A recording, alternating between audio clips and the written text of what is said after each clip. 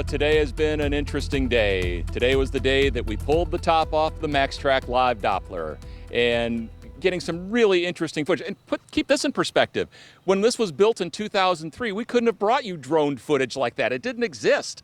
And so as we're deconstructing it today, we're able to show you these amazing pictures. It was a big crane that came in here. Luckily, the weather's been dry, so the crane was stable. They pulled the top off, and really very quickly it came down to the ground, and they got everything secured.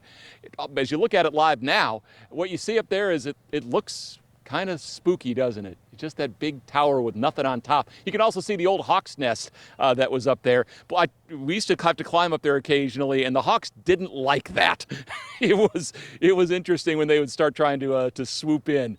The bottom line, though, is new technology is here. New technology will be online at the MaxTrack coming up in just the next week or so, probably less than that. You can see the new radome there. If you were with us in the last couple of weather segments, we were showing you what goes inside that big ball, the pedestal and the antenna, and that will be lifted back up either Thursday or Friday this week is the plan, and shortly thereafter, MaxTrack 2.0 will be a reality. So what are we using instead of the MaxTrack Live right now? We're using our backups, and they've always been there.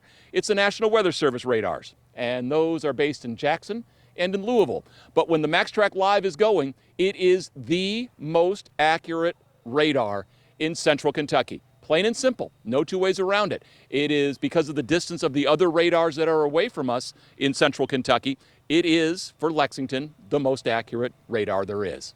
All right, but that's not showing you much anything today. Hey, what we do have, though, are rain chances that will be increasing as we go through the rest of this week. A little bit tomorrow, much more so on Thursday. Warmth's going to hold on for a while, so enjoy it while we've got it, because at the end of the extended, there's change is coming. There's your heads up. So what we're talking about in terms of those temperatures, it is wonderful. We're looking at 77 in Jackson and in London, 76 in Monticello, 75 Mount Sterling and Moorhead. Louisville is at 80. Right now in Lexington, we are warm as well. 74 is not a bad place to be on an early April day. Actually, now we're down to 73. 75 was the high today, so we got that. That made it a terrific afternoon. Light southwest wind. High temperatures, 75 again tomorrow, but then a little cooler with more clouds and rain on Thursday. Mid-70s on Friday with less rain chances, then mid-60s as we look towards Saturday. Talking about temperatures that are changing, what about rain chances? Well, you see those. They peak for us on Thursday and then again on Saturday. Rain right now is out to our west. Here's the composite of the radars for you. And you're seeing those showers out across the plains in association with an area of low pressure that's scooting off to the northeast. Now, it's going to play a role in our weather here. Watch that rain as it goes through the day today. Now, severe thunderstorm watch out in Kansas. But for us, you are looking at those southerly winds continuing on the future track. Now, as the front approaches the Mississippi Valley, you're going to see those rain chances increase. The front gets in here on Thursday. When it does, you'll see a little lull in the rain middle of the day Thursday, and then it'll pick up again late in the day, and those will likely be in the form of some thunderstorms. So just a magnificent spiral there.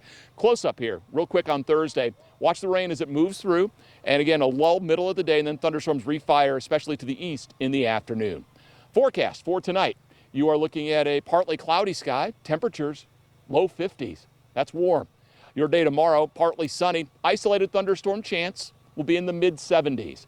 Here's what your extended looks like, and temperatures are going to stay in the 70s going toward the weekend, although we'll start to cool it off a little bit there for you on Saturday in the mid-60s with, again, a pretty good rain chance. Another brief warm-up early next week before we start talking about it getting a whole lot colder.